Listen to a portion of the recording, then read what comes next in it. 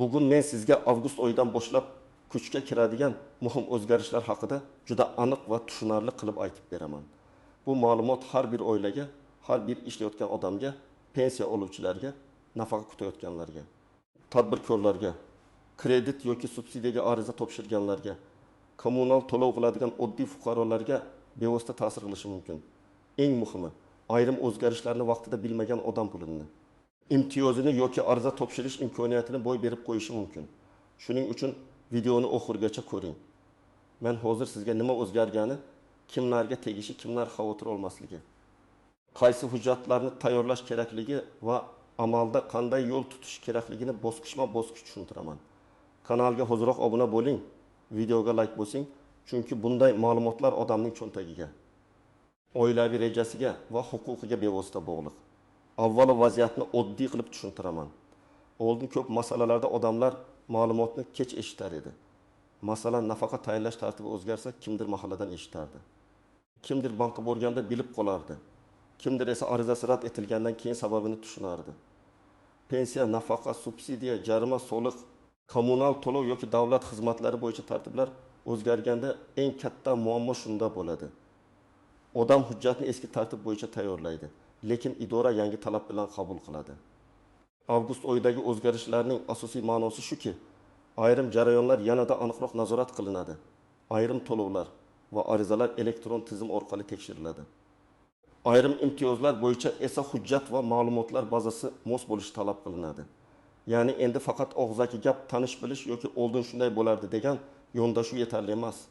Har bir ariza, har bir to'lov, har bir imtiyoz rasmiy ma'lumotlar asosida ko'riladi. Bu yaxshi xabarmi? Ha, yaxshi tomoni bor. Chunki tartibi aniq bo'lsa, odam nima qilishini biladi.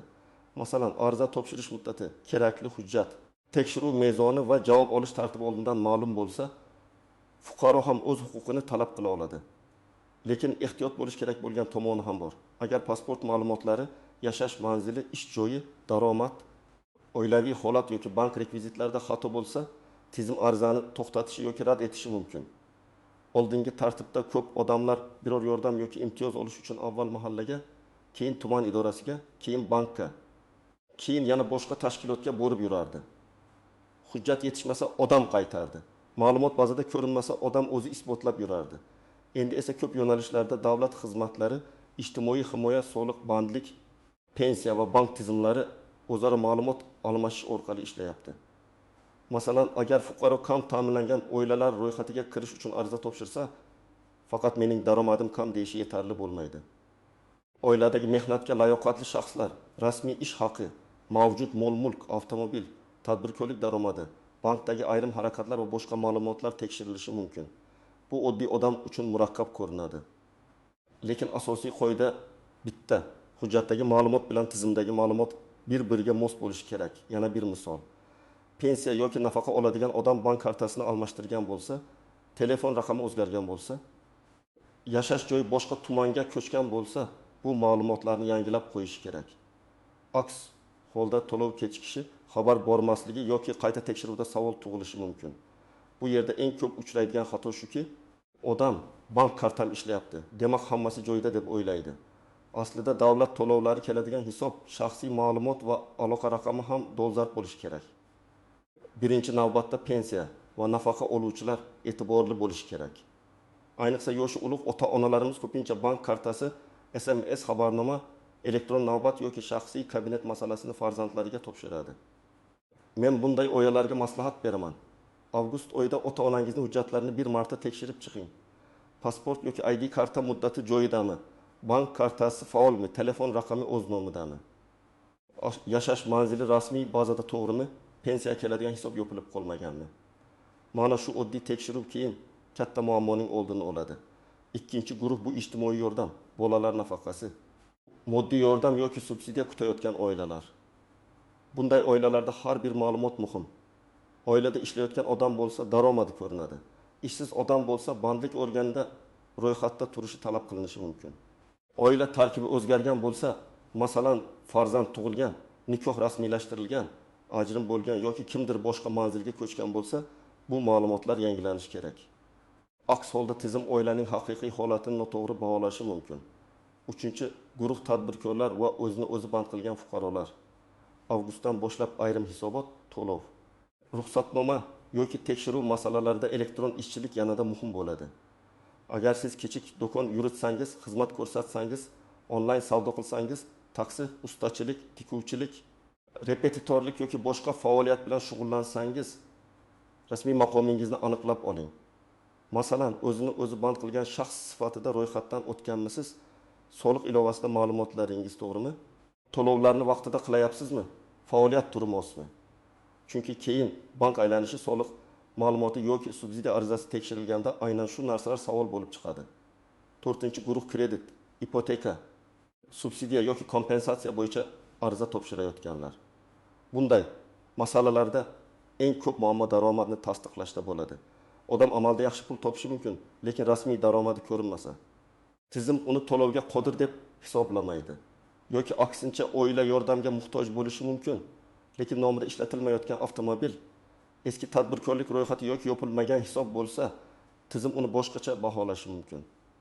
Shuning uchun ariza topshirishdan oldin o'zingiz haqingizdagi rasmiy ma'lumotlarni tartibga keltirish juda muhim. Birinchi misol. Toshkent viloyatida yashovchi oila bolalar nafaqasiga ariza topshiryapti. Oilada ota rasmiy ishlamaydi. Ona uy bekasi, 3 nafar farzand bor. Ular o'zlarini kam ta'minlangan deb hisoblaydi. Lekin tekshiruvda otaning nomida bir necha yil oldin ochilgan yakka tartibdagi tadbirkorlik faoliyati yopilmagani chiqadi. U amalda ishlamayotgan bo'lsa ham tizimda faoliyat mavjud ko'rinishi mumkin. Natijada ariza bo'yicha qo'shimcha tekshiruv talab qilinadi yoki rad javobi keladi. Bu holatda ayb faqat idorada emas, ma'lumot eski qolganida. To'g'ri yo'l. Soliq organi yoki elektron xizmat orqali faoliyat holatini tekshirish, kerak bo'lsa yopish, keyin arizani qayta topshirish. Ikkinchi misol. Nafaqa oluvchi onaxon bank kartasini yo'qotib, yangisini olgan. Lekin nafaqa keladigan hisob eski kartaga bog'langan bo'lgan. Bank ichida karta almashtirilgani bilan ayrim to'lov tizimlarida rekvizit yangilanishi talab qilinishi mumkin. Onaxon pul nega tushmadi deb bankka boradi. Bank esa hisobni tekshiring deydi. Bunday vaziyat bo'lmasligi uchun karta almashtirilganda bankdan to'liq ma'lumot olish kerak. Davlat to'lov keladigan hisob saqlanib qoldimi? Yangi karta o'sha hisobga ulandimi? SMS xabarnoma ishlayaptimi? 3-misol. Yosh oila uy-joy subsidiyasiga ariza bermoqchi. Erning rasmiy maoshi 3 million so'm, lekin u qo'shimcha ravishda ustachilik qilib o'yiga yana 1 million so'm topadi. U bu daromadni rasmiylashtirmagan. Ariza ko'rilganda tizim faqat 3 million so'mni ko'radi. Natijada bank kredit qobiliyatini past deb baholashi mumkin. Bu yerda amaliy xulosa shuki, daromadni rasmiy ko'rsatish ko'p holatda insonning o'ziga foyda. Chunki rasmiy daromad nafaqat soliq uchun, balki kredit, ipoteka, pensiya staji va ijtimoiy kafolatlar uchun ham kerak. 4-misol. Bir fuqaro jarima yoki qarzdorlik borligini bilmaydi. U davlat xizmatiga ariza beradi, masalan, guvohnoma, ruxsatnoma yoki boshqa ma'lumotnoma olmoqchi bo'ladi. Tizimda esa eski qarzdorlik chiqadi. Qarzdorlik katta bo'lmasligi mumkin. Masalan, 1 ming yoki 300 ming so'm. Lekin u yopilmagani sababli ayrim xizmatlarda cheklov yoki kechikish yuzaga keladi. Shuning uchun avgustdagi o'zgarishlar fonida men hammaga shuni maslahat beraman. MyBigo.uz soliq ilovasi, bank ilovasi yoki tegishli rasmiy platformalar orqali qarzdorlik va ma'lumotlaringizni bir marta tekshirib chiqing. Agar sizning hujjatlaringiz joyida bo'lsa, daromadingiz rasmiy ko'rinsa, bank hisobingiz faol bo'lsa, qarzdorliklaringiz yo'q bo'lsa, yashash manzilingiz va oilaviy holatingiz to'g'ri kiritilgan bo'lsa, ortiqcha xavotirga o'rin yo'q. O'zgarishlar odatda tartibni aniqlashtirish va tizimni intizomga keltirish uchun qilinadi. Lekin menda hammasi yaxshi deb butunlay tekshirmaslik ham to'g'ri emas. Chunki bazadagi xato ko'pincha odamning o'zidan emas, eski ma'lumotdan, noto'g'ri kiritilgan raqamdan yoki yangilanmagan hujjatdan kelib chiqadi. Masalan, odamning familiyasi nikohdan keyin o'zgargan, lekin bankdagi ma'lumot eski qolgan bo'lishi mumkin. Yoki pasport ID kartaga almashtirilgan, lekin ayrim tashkilotda eski pasport seriyasi turibdi. Yoki telefon raqami boshqa odam nomida. Lekin barcha xabarlar shu raqamga keladi. Bular kichik detalga o'xshaydi, ammo davlat xizmatlarida aynan kichik detal katta natijani o'zgartiradi. Endi eng muhim qismga o'tamiz, istisnolar va ko'pchilik e'tibor bermaydigan nozik jihatlar. Birinchi nozik jihat shuki, hamma o'zgarish ham hamma hududda bir xil tezlikda sezilmasligi mumkin. Ba'zi tartiblar respublika bo'yicha bir vaqtda kuchga kiradi. Ba'zi jarayonlar esa texnik integratsiya, mahalliy idoralar tayyorgarligi yoki elektron tizimlarning yangilanishiga qarab bosqichma-bosqich ishlaydi. Shuning uchun qo'shningizda bir xil masala boshqacha hal bo'lgan bo'lsa, bu sizda ham aynan shunday bo'ladi degani emas. Har doim o'z tumaningizdagi mas'ul tashkilotdan rasmiy javob oling. Ikkinchi nozik jihat, ariza rad etildi degani huquqingiz tugadi degani emas. Ko'p odamlar rad javobini ko'rib, bo'ldi, menga berilmas ekan deb yurib ketadi. Aslida rad javobining sababini o'rganish kerak. Sabab hujjat yetishmagani bo'lishi mumkin. Ma'lumot mos kelmagani bo'lishi mumkin. Muddat noto'g'ri tanlangani bo'lishi mumkin. Oilaviy tarkib noto'g'ri chiqqani bo'lishi mumkin. Agar sabab tuzatiladigan bo'lsa, hujjatlarni to'g'rilab qayta murojaat qilish mumkin. Uchinchi nozik jihat, og'zaki maslahat rasmiy javob o'rnini bosa olmaydi. Kimdir idora eshigi oldida sizga chiqmaydi desa, bu yakuniy qaror emas. Kimdir hujjat kerak emas desa ham ertaga boshqa xodim talab qilishi mumkin. Shuning uchun men har doim fuqarolarga shuni aytaman. Ariza topshirganda ro'yxatdan o'tgan raqamni oling. Rad javobi bo'lsa yozma yoki elektron shaklda sababini oling. Murojaat qilgan sanani saqlang. Kerak bo'lsa skrinshot qiling. 4-nozik jihat. Qarindoshlar nomidagi mol-mulk va oilaviy tarkib masalasi. Ijtimoiy yordamlarda ba'zan oilaning tarkibi qanday aniqlangani katta ahamiyatga ega. Bir uyda yashash, ro'yxatda turish, rasmiy nikoh. Voyaga yetmagan farzandlar, mehnatga layoqatli shaxslar, talaba farzandlar kabi holatlar baholanishi mumkin. Masalan, bir xonadonda ota-ona, turmush qurgan farzand va nevaralar ro'yxatda tursa, tizim ularni bitta oilaviy tarkib sifatida ko'rishi yoki alohida baholashi masalaga qarab farq qilishi mumkin. Shuning uchun biz alohida yashaymiz degan gapni hujjat bilan tasdiqlash kerak bo'ladigan vaziyatlar uchraydi. 5-nozik jihat vaqt masalasi. Ayrim to'lovlar yoki arizalar oy boshida, ayrimlari oy o'rtasida, ayrimlari esa oyning oxirida ko'riladi. Agar siz avgustning 1-haftasida ariza topshirib, darhol natija kutayotgan bo'lsangiz, sabr qilish kerak bo'lishi mumkin. Lekin bu sabr beparvolik bo'lmasligi kerak. Ariza holatini tekshirib boring. Ko'rib chiqilmoqda qo'shimcha ma'lumot talab qilinadi, rad etildi, tasdiqlandi degan holatlar turlicha ma'no beradi. Har bir holatga qarab keyingi qadamni qilish kerak. Endi aniq nima qilish kerakligini aytaman. Birinchi qadam, shaxsiy hujjatlaringizni tekshiring. ID karta yoki pasport amal qilish muddati, JSSHIR raqami, familiya, ism sharif yozilishi, tug'ilgan sana, yashash manzili to'g'riligini ko'ring. Agar hujjat muddati yaqin orada tugasa oldindan yangilang. Chunki hujjat muddati tugagan paytda bank, davlat xizmati yoki ariza jarayonida muammo chiqishi mumkin. Ikkinchi qadam, bank ma'lumotlaringizni tekshiring. Davlat to'lovi, pensiya, nafaqa, ish haqi yoki kompensatsiya keladigan karta faolmi, hisob yopilmaganmi, SMS xabarnoma ishlayaptimi, telefon raqami o'zingizga tegishlimi? Agar karta almashtirgan bo'lsangiz, bankdan to'liq aniqlik kiriting. Pul qaysi hisobga tushadi degan savolni oddiy qilib bering. Bank xodimidan kerak bo'lsa rekvizitni yozma yoki ilova orqali oling. 3-qadam, qarzdorliklaringizni tekshiring. Soliq, jarima, kommunal to'lov, kredit, aliment yoki ijro hujjati bo'yicha qarzdorlik bor yo'qligini bilib oling. Buning uchun rasmiy ilovalar, bank ilovalari, My.Doc.uz, soliq organlari xizmatlari yoki tegishli tashkilotlarning kal markazlaridan foydalanish mumkin. Agar qarzdorlik chiqsa, uni shunchaki e'tiborsiz qoldirmang. Nima uchun chiqqanini aniqlang. Agar haqiqatda bor bo'lsa, to'lang. Agar xato bo'lsa, ariza bilan tuzatishni talab qiling. 4-qadam, ijtimoiy yordam yoki subsidiya uchun hujjat tayyorlayotgan bo'lsangiz, oila tarkibini tartibga keltiring. Nikoh guvohnomasi, farzandlar tug'ilganlik guvohnomasi, yashash manzili, ish joyi, daromad ma'lumotlari, talabalik ma'lumotnomasi, nogironlik bo'yicha hujjat, ishsizlik ro'yxati kabi hujjatlar kerak bo'lishi mumkin. Har bir vaziyatda hujjat ro'yxati farq qiladi, lekin asosiy maqsad bitta. Oilaning haqiqiy holatini isbotlash. 5-qadam, rasmiy manbadan tekshiring. Telegramdagi xabar, qo'shnining gapi yoki blogerning videosi foydali bo'lishi mumkin, lekin yakuniy asos rasmiy hujjat va rasmiy javobdir. Qaror, nizom, farmon, vazirlik xabari, davlat xizmatlari portali, hokimlik yoki mas'ul idora e'lonlari bilan solishtiring. Men ham sizga maslahat berayotganimda aynan shu yo'nda shuni aytaman. Har bir katta qarorni hujjat bilan tekshiring. 6-qadam. Murojaatni to'g'ri yozing. Agar sizga rad javobi kelgan bo'lsa yoki to'lov kechikayotgan bo'lsa, Nega menga bermayapsizlar deb umumiy yozmang. Aniq yozing. Ism sharifingiz, JSHIR raqamingiz, murojaat sanasi, ariza raqami. Qaysi xizmat bo'yicha murojaat qilganingiz, muammo nimada ekanini ko'rsating. Masalan, men bolalar nafaqasi bo'yicha ariza topshirganman. Arizam rad etilgan. Rad etish sababi sifatida daromad ma'lumoti ko'rsatilgan. Ushbu ma'lumotni qayta tekshirib, rad etish asosini yozma ravishda tushuntirib berishingizni so'rayman. Mana shunday aniq murojaatga aniq javob olish osonroq. 7-qadam muddatlarni nazorat qiling. Hujjat topshirdingizmi?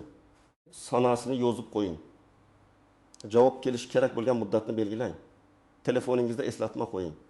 Agar muddat o'tib ketgan bo'lsa, takroriy murojaat qiling. Ko'p odamlar hujjat topshiradi, keyin 1 oy kutadi, 2 oy kutadi. Oxirida esa ariza allaqachon rad etilgani yoki qo'shimcha hujjat so'ralganini biladi. Shuning uchun nazorat sizning qo'lingizda bo'lishi kerak. 8-qadam. Keksa ota-onalar va texnikadan qiynaladigan yaqinlaringizga yordam bering.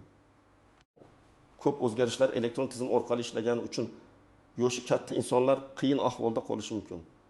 Ular SMSni o'qimasligi, ilovaga kira olmasligi, elektron navbatni tushunmasligi mumkin. Oilada bir kishi mas'ul bo'lib, ota-onaning pensiya, nafaqa, bank kartasi va hujjatlarini kuzatib borsa, juda ko'p muammo oldi olinadi. Eng birinchi xavf bu firibgarlik.